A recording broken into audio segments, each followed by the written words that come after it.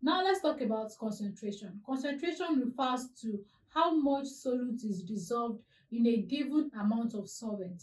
In simple terms, it's about how strong or weak a solution is. If you add 1 teaspoon of salt to a glass of water, the solution will have a certain concentration.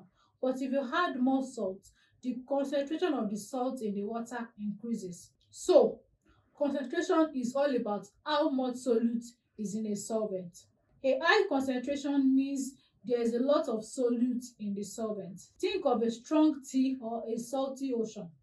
A low concentration means there is only a little solute in the solvent, like weak tea or fresh water. Here is something to think about. If you've ever made tea or coffee, how did you control how strong it was? Did you use more sugar or less? Tell me about your perfect concentration in the comments. Now, there are different ways to measure concentration. One of the most common ways is by using the unit molarity.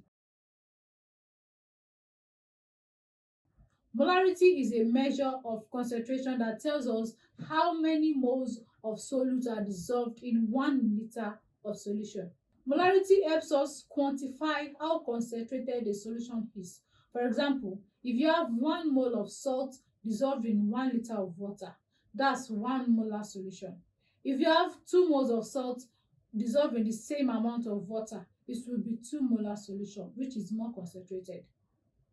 We see concentration and saturation in our everyday lives. For example, when you are making lemonade, the more sugar you add, the more concentrated the solution becomes. If you add too much sugar and the solution is saturated, no more sugar will dissolve. See what happens next. We've reached the saturated point and now the excess sugar just sits at the bottom. This is an example of a saturated solution in real life. Let's quickly review everything we've covered today. First, we talk about saturation, which is the point at which no more solute can dissolve in a solvent at a specific temperature.